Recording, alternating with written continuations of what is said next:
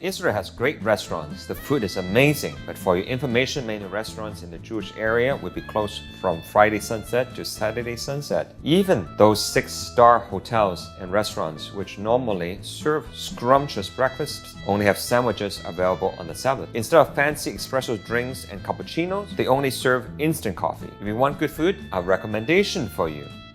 While exploring the North Rampart, we saw the grand Notre Dame Hotel. When you walk into the hotel, there is a restaurant on the right with a buffet lunch that's only $18. The food is so plentiful, you won't even need dinner. On the left is a quaint coffee shop, offering pasta, sandwiches, and other snacks. But I recommend the rooftop restaurant on the 4th floor. Be sure to step out onto the balcony, which has a breathtaking view of the historical Jerusalem. Remember to visit the chapel on the 1st floor. It is quite a sight. Isn't this hotel beautiful? It's just like the Hong Kong's Peninsula Hotel. Oh, it does. Observe the city of Jerusalem, capital Israel. What do you think? Scenery is so Wow. beautiful. It's Yeah, it's so so big.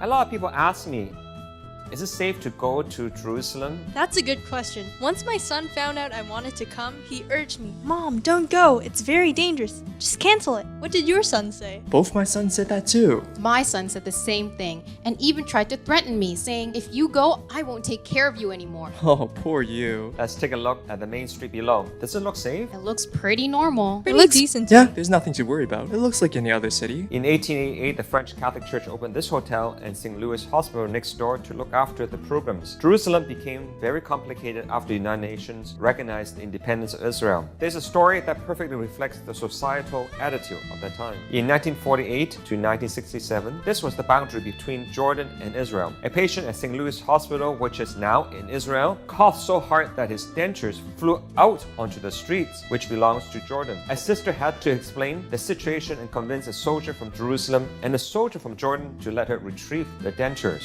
She had to convince them just to get the dentures back? I mean, our parents did teach us to cover our mouths when we cough. Look at the skyline of Jerusalem. On the Mount of Olives, there was the Church of Ascension with a round roof. Going down the hill, you see the round roof, which is the Dome of the Rock. And then there's another dome in the middle of the city, which is the Holy Sepulchre. These 3 sites with round roofs are sandwiched between 2 important towers. All together, they form a straight line bisecting the city. Wow, the architect's talents were truly one of a kind. Father, look at that restaurant over there. Oh, that's the rooftop restaurant. It's very nice there. Do you want to try it? Sure, we've been standing for so long. Let's go get some food. All right, let's go. This way.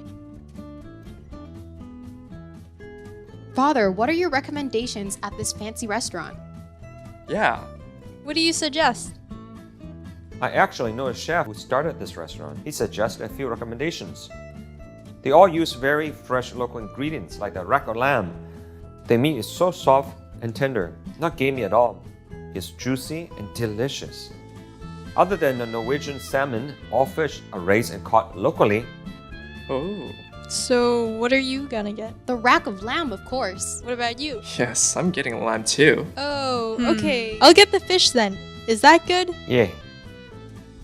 There is a great selection of wine and cheese imported from all over the world.